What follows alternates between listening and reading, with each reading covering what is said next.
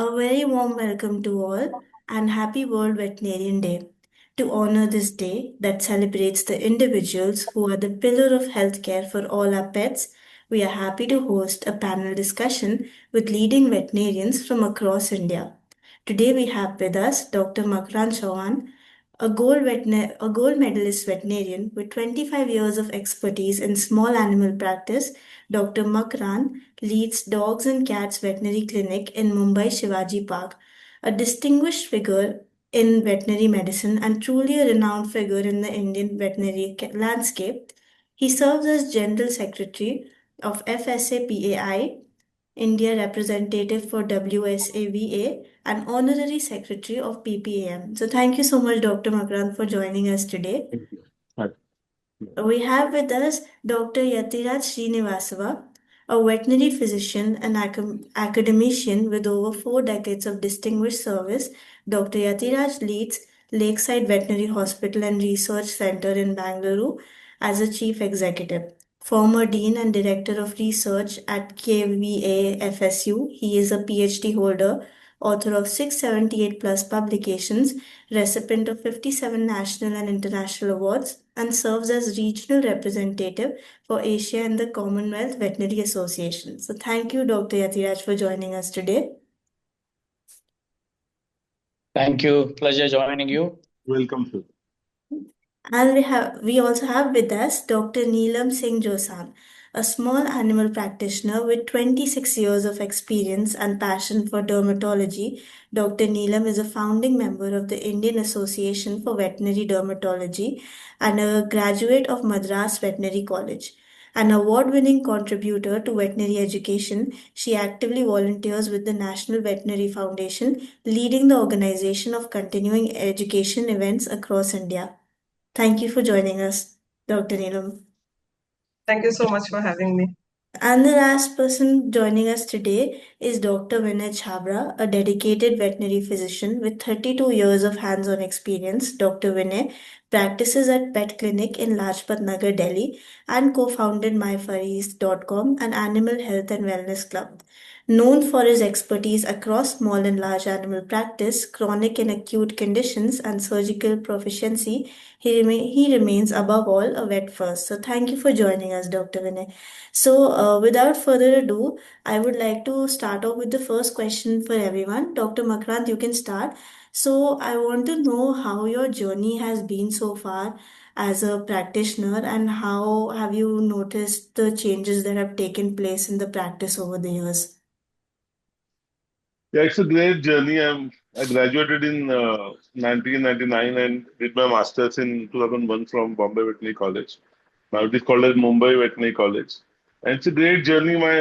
I'm lucky enough I could divide my working hours. I also worked for 25 years in various NGOs like Welfare of Stray Dogs and in Defense of Animals and Bombay SPCA, etc. As for the ABC and there a lot of critical cases, surgical and medical in these NGOs. And also, I have a clinic in central part of Mumbai called Dadar Shivaji Park, where I'm also practicing. I'm having a good team of 4 vets with me, and one of our vets is a visiting ophthalmic surgeon. So she does cataract surgeries for dogs and all. And I'm more inclined towards soft tissue surgery and dermatology. So this is a great journey, and I've seen a paradigm shift over the years with the pet parents' mentality, with pet parents' spending capacity, as well as their attitude towards the pets. It is no more like a security dog or like a something to flaunt. It is more like a part of the heart, and it is more than a family member. And especially after the pandemic, for the last 5 to 6 years, the pet population has increased. There is a great uh, growth in the pet population over the years. Now we have reached almost 33 million in last 12 years, where it was half the size in just last 12 years. So the uh, there are more clinics in India, and more than 10,000 vets are a part of small animal practice in India who are serving dogs and cats, and of course exotic animals. Thank you. I am a graduate from 1978 from Bangalore Veterinary College. I finished typically 48 years because I graduated in April, and 48 years has been a long period in practice. Initially, I was a large animal and a small animal practitioner, and I joined the university as a faculty member. Then I finished my master's in 1980. Then I became a faculty member. Then I joined for my PhD in 90 and then completed in 93. Continued as an academician, plus visiting houses for practice, both large animal and small animal. And then over a period, I converted myself into a companion animal practitioner, covering on to dog and cat, and also on to other pet animals like rabbits, guinea pigs, hamsters, birds, pet birds, etc., etc. Now, our hospital is called the Lakeside Veterinary Hospital and Research Center.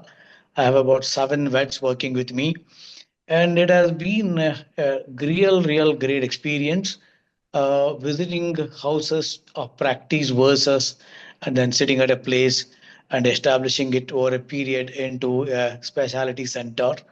Initial days were very tough. Reason being, like I used to be working in the college, the facilities available in the college are different from what is available for a practitioner in the field condition.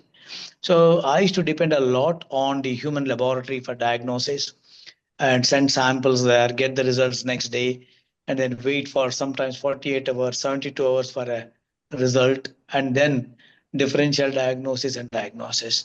But in the last 2 decades, I've seen tremendous change in the veterinary practice, particularly companion animal, because almost all the facilities are available for a practitioner. So majority of the clinics have their own diagnostic laboratory, diagnostic equipments, and skill upgradation has been possible because lots of training programs have occurred in India as well as outside India. We participate and a sea change, I would say, both in terms of facilities created, number one. Second part being the responsible pet parentship, which has grown tremendously, and probably happy for the way that the media, rather the digital media, has taken over quite a lot of things, education and welfare being put into practice with many associations, many NGOs, all contributing a lot. And what used to be like feeding practices, whatever that we eat is good for pet animals, has changed tremendously because there is scientific rearing of pets, scientific feeding, scientific breeding, and advanced skills in the diagnosis and treatment of diseases. This is something like a sea change, which has I have seen for the past, I would say, this is my fifth decade of practice, and each decade has made tremendous difference, I would say. As Dr. Makaran Chavan put it, like all these, earlier we depended solely on going out of the country for learning, continuing education programs. Now many associations plus FACPI, which you, Dr. Makaran Chavan, he's the general secretary of this, wherein we have the Federation of Small Animal Practitioners of India, all put together, lots of skills being inculcated in day-to-day practice, which has been very beneficial to the professionals, number one. Number two, for the pet parents, and even for the animals, I would say, because there is a quick diagnosis, a precise diagnosis, good way of treatment, good concern about their welfare. All these have definitely changed in the recent days. And probably new things are coming up and new changes are occurring. Specializations in the companion animal practice all have contributed a lot. And I feel I'm a part of it in many situations. And there's a lot more to learn. And maybe all the skills that we talk of are not available yet in India, but there's a great opportunity for people to learn and upgrade the practice and also upgrade the skills that are available across the globe. Yeah, see, for me, as a woman veterinarian who's been in this field for almost 30 years now, so there's a small correction from 26 to 30, almost 30 years. Ever since I graduated, it's actually 28 or so. I graduated from Madras Veterinary College, and I was lucky enough actually to, even at that time in my college, we had equal number of small animal and large animal cases. Even though the clinic was bang in the city, we had this exposure from our student days.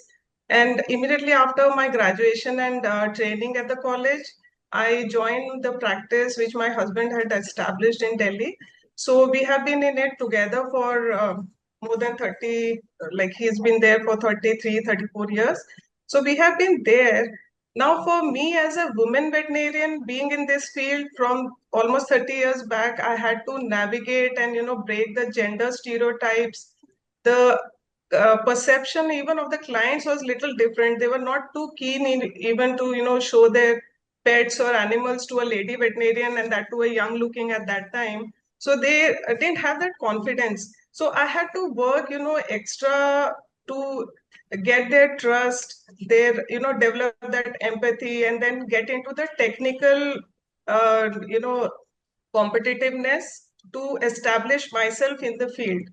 And when we started, even though we were in the posh area, we still used to get, uh, uh, livestock being shown to us, because at that time we had dairy animals bang in the city. Just in the center of Delhi, we had so many dairies. Even though we were not catering to them, we used to have, requests for treatment for dairy animals.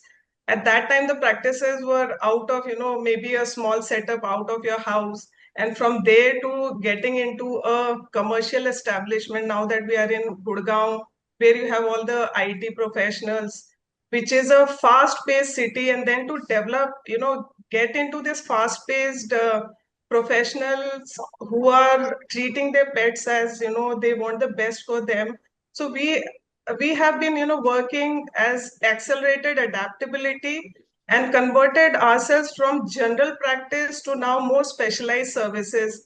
Like we have vets for everyone, every specialty. Like we see dermatology and cardiology, and focusing more on that. We have specialists for everything, because that is what is the need of the hour. People are looking in for specialized care for their pets, and not getting, comfortable with just a random checkup and all that. Plus, over the years, I have seen, initially maybe the diagnostic facilities were not there.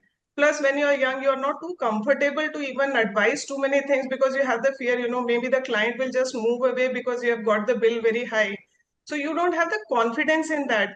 So there, a major part is client communication, which we are not taught in the colleges. So that is something I think we should really focus on, because with age you get that comfort to, ask the client whatever is required. You are making a suggestion and they take you seriously.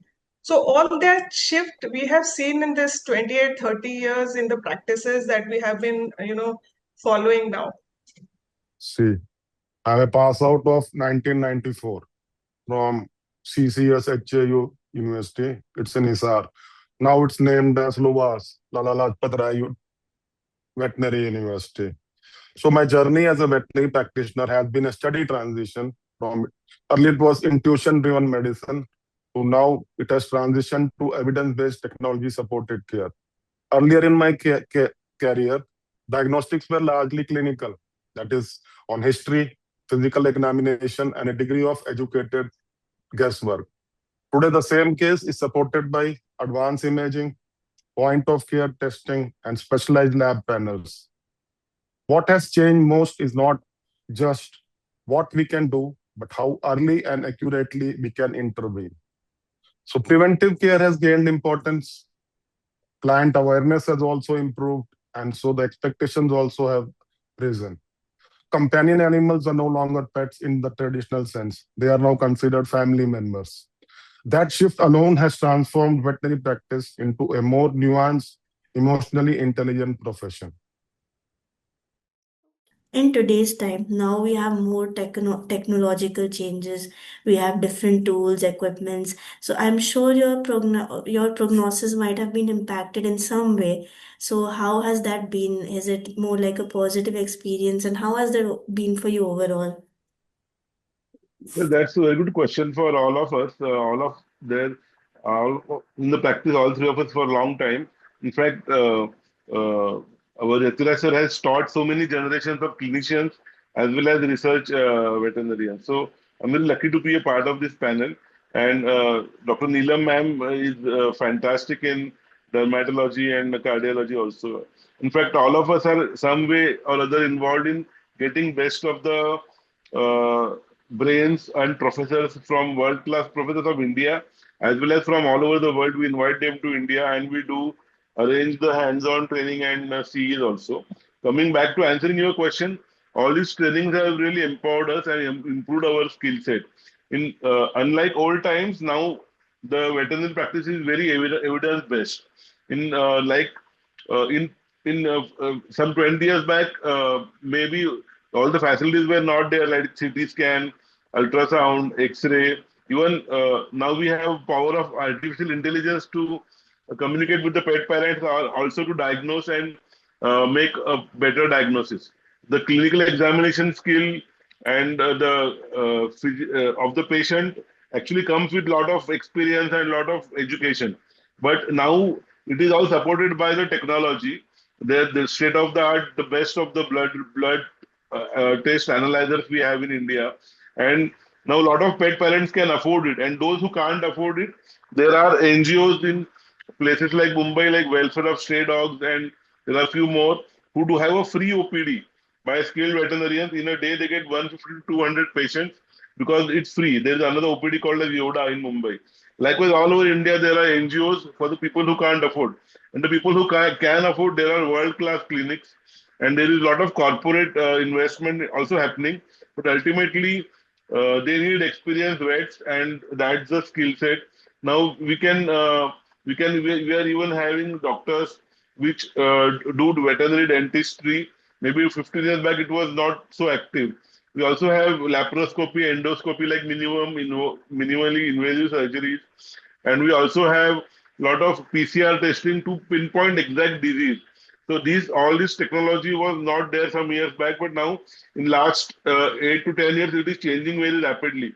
So yes, veterinarians have a lot of technical help, lot of scientific help, and so that we can make it a better world for pets. So now multi-vet clinics are very popular. In old time, there was single vet clinic, but now there are most of the leading practices having multiple facilities and multi-vet clinics.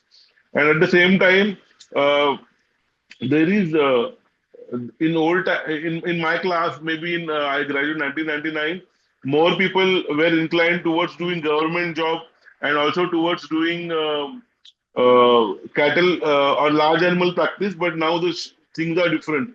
Now 50% people in every class want to get into small animal practice, and if uh, they don't mind going abroad and increasing their skills, and they don't mind studying in the foreign universities also. And and again, coming back, the practice diagnostics have changed. Now we have super specialty clinics for cardiology, acupuncture, for dentistry, for even there is a big scope in the exotic medicines also, because those pets are increasing. So it's a great shift in the quality of care we are giving, and I'm very happy to answer this question today. Thank you. Two things. Number one, first is I would say that I have been associated with Dr. Makaran through FACPI, which represents the World's Modern Animal Veterinary Association. I'm also jointly working with NVF, where Neelam Josen and Dr. Josen, they're all part with me. And apart from this, yet another thing, what I would say is I had been an academician long, like 1980, I joined as a faculty. 2017, I retired. Unlike many of them who are full-time practitioners in the beginning, I was an academician, meaning I used to be in the clinical college hospital, part-time private clinic. And then 2017, I retired. I became a full-time practitioner from 2017. I've seen lots of changes, what you would talk of. There were days when we used to go by say that, what are the minimum skills required as prescribed by the global standards? Those days it was the OIE, currently which is called as the WOAH, WOAH, World Organization for Animal Health. When we look at this, what probably people want from the per se as a pet parent or an animal owner is, they don't look at your gold medal, they don't look at the degree certificate, what grade you got it. Because there has been a good survey. What says is, number one, your capacity to listen, number one, your patience, and then satisfying the owner. And the fourth is your competence in terms of degree what you have. Reason being, The degree what you get in the country currently is all BVSc and AH, which means Bachelor of Veterinary Science and Animal Husbandry, regulated by the Veterinary Council of India, meaning you have the same kind of standards all over the country. So everybody's degree certificate is the same. So that means everyone is competent. But where do we differ? Communication skills is very important today. We need to have a very good communication skill. This is very, very important today. What they look to as a pet parent is one stop. Everything should be available. I visit a veterinary doctor, there should be a pet shop. My needs like food should be available, treat should be available, all the requirements of pet accessories should be available. This is one part. Second being there should be a OPD, general, which is for deworming, vaccination, minimal things, whatever necessary. And then comes the specialized areas like cardiology, dermatology, surgery. In that, again, soft tissue surgery, ophthalmic surgery, orthopedic surgery, and ultrasonography primarily, echocardiography, and then laser treatment, pharmacy exclusively, laboratory, endoscopy, and then scanning. Scanning, when we talk of, people also expect the CT scan, bar the CAT scan, MRI scan, all these they expect. In addition, what tremendous change that has seen, I would say in the practice is, initially we used to depend totally for a diagnosis based on, number one, history, second, a thorough physical examination, thirdly, the physical examination included like auscultation, use of a stethoscope, thorough examination, like this. Now people want more, that you need to do hematology, biochemistry, a PCR, because the symptoms of the disease mimic many other them. Unless you make a precise diagnosis, you cannot treat the patients properly. The prognosis becomes very bad. One simple example I can say is, for example, a dog comes to us with not eating very well, high temperature, bleeding from the nose, jaundice symptoms. Then physically, when we do that, everyone knows this could be leptospira, this could be babesia, this could be Ehrlichia. Now, what people want is, tell me what is the precise diagnosis. So we depend a lot on PCR. Earlier days, it was so difficult. Currently, there are laboratories available across major cities. Within 24 hours or within 12 hours, you get the results in some places. And you make a quick diagnosis, and the treatment becomes probably quite simple in the sense you have better chance in treating the patient. The prognosis becomes better because you made a quick diagnosis. This is what is a change in the scenario that is occurring today. And there are people, again, the question here is affordability of all this. One might say, like, if I want to get a MRI done or a CAT scan done, not many hospitals, not even in the colleges, we have these facilities. So, as a private practitioner, we depend on the existing facility of a veterinary unit or a veterinary specialist center, or we go to the medical centers. Medical centers, we face a challenge. Many places we don't get these MRIs and CATs done in the morning hours. They give us time slots like late hours beyond 10 o'clock. All their human patients are over. So we go in the midnight, sedate an animal, sit for an MRI, get a diagnosis done, and come back. So this kind of articulation is a necessity wherein you cannot say, I'm a senior, I cannot afford to lose my sleep. You need to go with the patient because this is what is expected of a veterinarian as per the pet parent. Because otherwise we don't get it. If you have to invest huge amount of money on an MRI, anything between 4 to 8 crores, and the number of MRIs that we do is very difficult to get back our investment part of it.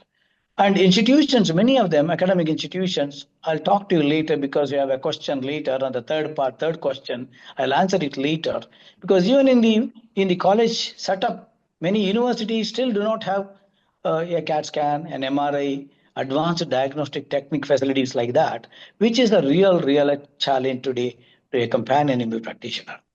In big cities or metropolitan cities, at least these are all available.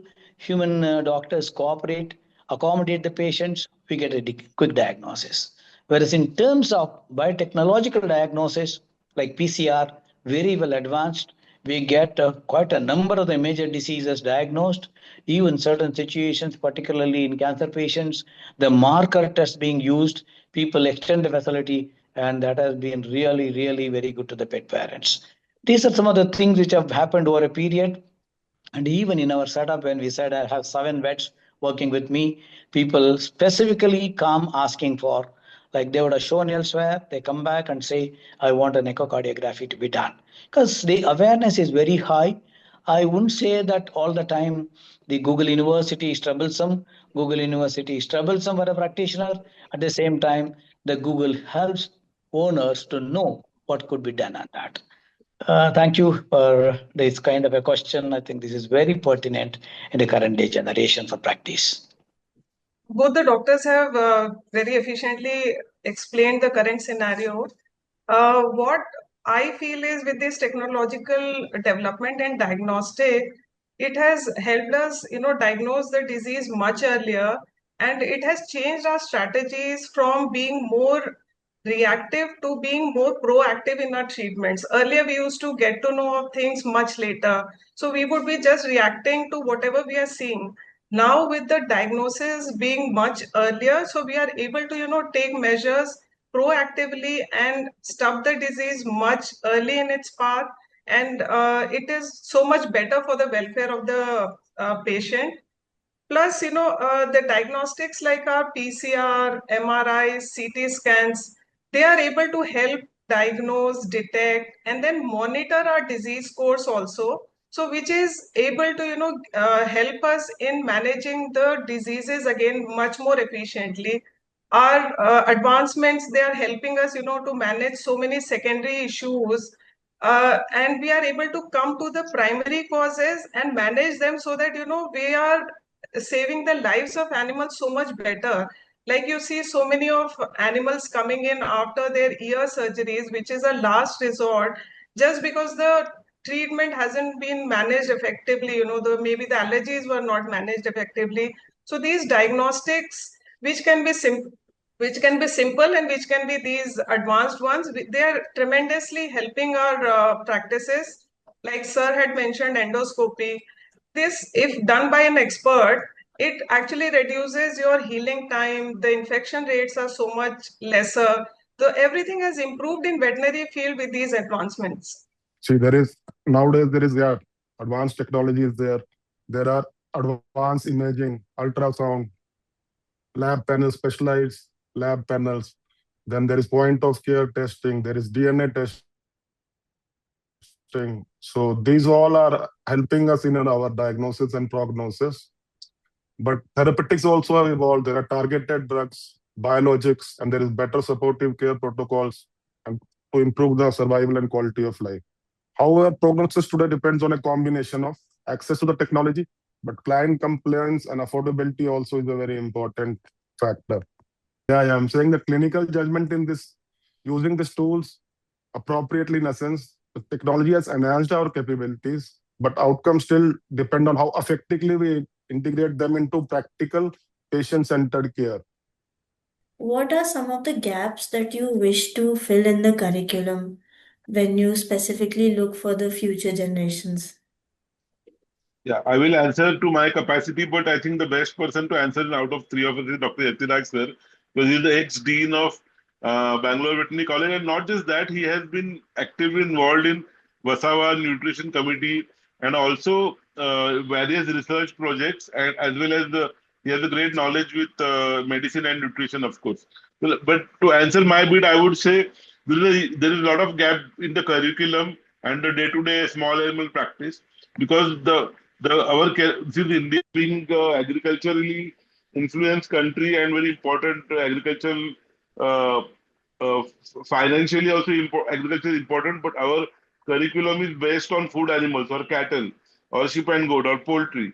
So there is less focus is given to small animals, but whereas those veterinary colleges which are in the big metros of India, made Bangalore or made Mumbai or Chennai or near Pune, they get more of the small animals and less of the food animals. So we our syllabus is not focused on small animals. Um, in very few colleges now we have 1 year of internship. That the choices are not given to the students to have at least 1 or 2 months of their choice. It's a 1 year internship. So in future, what we can do, at least 2 months centers should be given of their choice. If anybody wants to work in an exotic or wildlife or in zoo extra time, or if somebody wants to work in an NGO or a shelter, then you can develop their interest for your future career. But that very few colleges are giving that much opportunity. I think in India, we have 55 government colleges and 25 private colleges altogether. So we are looking at almost more than 75 colleges. But very few colleges are having is able to give the choice to the internship students. At the same time, as Yatiraj sir previously said, every college does not have a lot of facilities like CT scan or MRI scan or a lot of other advanced techniques. So that is the lacune. And the bigger gap is that there is no experience given about exotic animals or wild animals by the specialties in the field. What we need is tracking also from third or fourth year, where the students can be identified for different specialties, and they should be given exposure right from their clinic start. Also, there's a great scope in research. So in India, only 4 or 5 universities have an exchange program with top foreign universities where the students exchange is happening. If this out, it is not even 10% of the total strength of the Indian universities. Every every year, 100 graduates pass out from each college. So we look at the strength. We have almost 5,000, 6,000 veterinarians coming into the field. And if they should be guided properly for career guidance, for opportunities, and then they can choose what they want to do in future. And there is a great scope in administration. There is a great scope in research, clinical trials, as well as One Health, community health.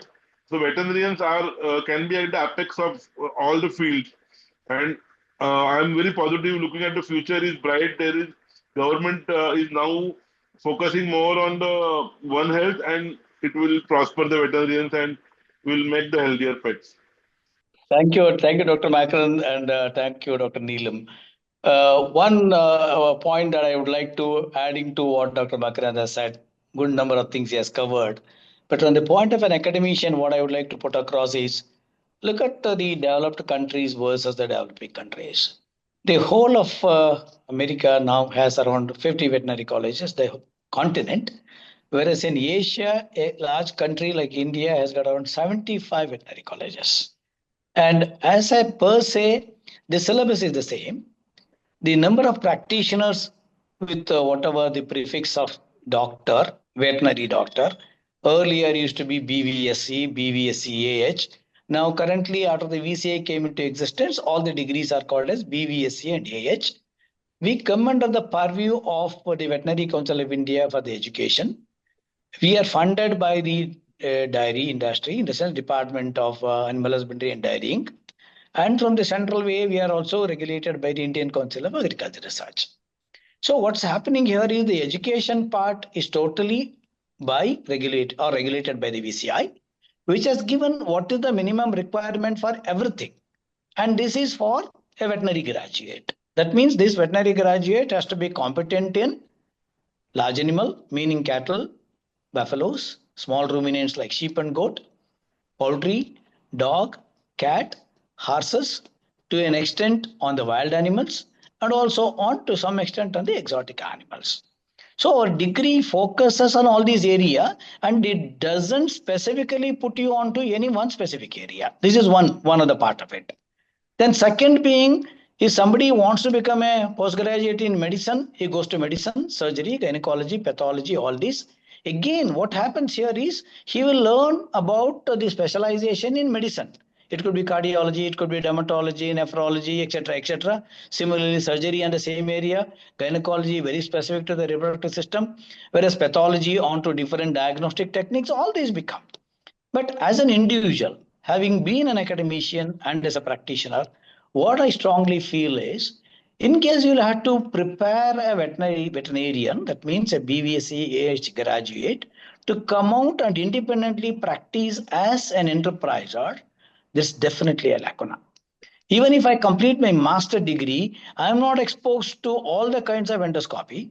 I am not exposed to all the kinds of ophthalmological work or a cardiology work, because my area gets restricted to one of them, whereas I'll go through all the areas of that. This is number one. Number two being, Like your exposure to these specific cases will increase if you have special centers. Unless such centers are created, people are put on to internship or a short-term course, internship as Dr. Makaran sir was putting it, or a special separate course preparing them for a day-to-day practice with all these areas being covered would be a wonderful way over a period, because otherwise what's happening is continuing education programs, people join a course, learn an ultrasonography, learn an echocardiography, they finish workshops on dermatology and then become specialists. Because as such, when I get my master degree in medicine, I'm not called a dermatologist. I get my master in veterinary science, MVSc, subject medicine, surgery, gynecology, nutrition. It comes like that. But I'm not considered as a cardiologist or a nephrologist like that. So this area needs to be addressed. I'm sure over a period, the strength is very strong. As I said earlier, we are about 150,000, 150,000 veterinarians for all the areas, and maybe around 8 to 10,000 for the small animal. And all these areas would need a specialization and needs training in these areas. We cannot go out and learn all these from a Western country because very expensive. Learning is very expensive. Stay there is expensive. Finding mentors is not easy because you'll have to find your own mentors because associations alone cannot help. So there has to be certain system coming. Reason is, look at the growth pattern, what is being talked about. Medical profession, 5 to 6%. Engineering profession, 4.5 to 5%. Veterinary profession is slated to grow at 12 to 15% for the next 2 decades, which means to say veterinary profession is going to grow. There has to be a good amount of investment in education, good investment on continuing education program. Specialty centers are to be started, whether by the government institutions, supported institutions, associations, whoever can do it. I'm sure this will fill the gap, and that's what the direction one has to work at. And there are a lot of takers. They wouldn't mind joining for a course and learn for 3 months, 6 months, and then become independent practitioners.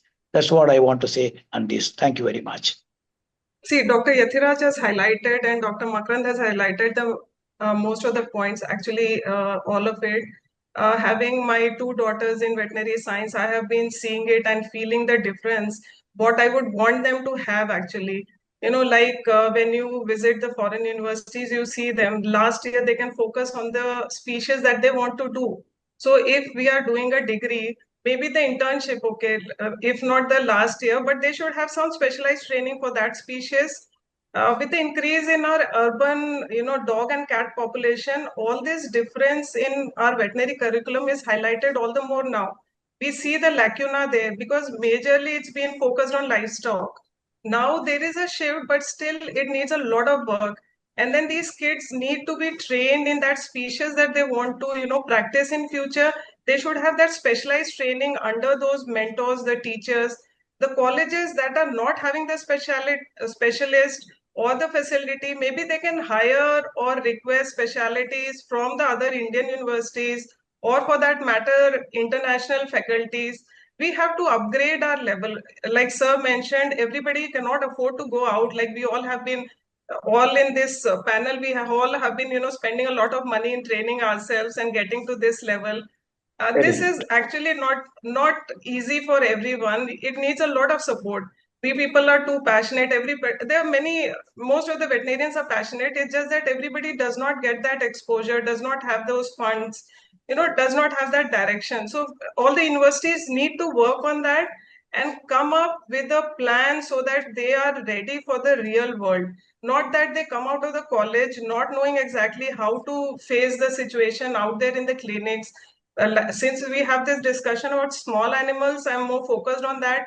The small animal owners are much, much different than the livestock owners. These people are looking out for the best for their animals. Of course, for livestock also they're looking out, but they are very knowledgeable. These pet owners know a lot. Like thanks to Google and Chat GPT, AI, everything, they come up with almost 90% of what we are expected to say. They already have that information. Youngsters may just follow this route, but not really. Like, we all have been in this field for so long. We have developed our clinical skills a lot.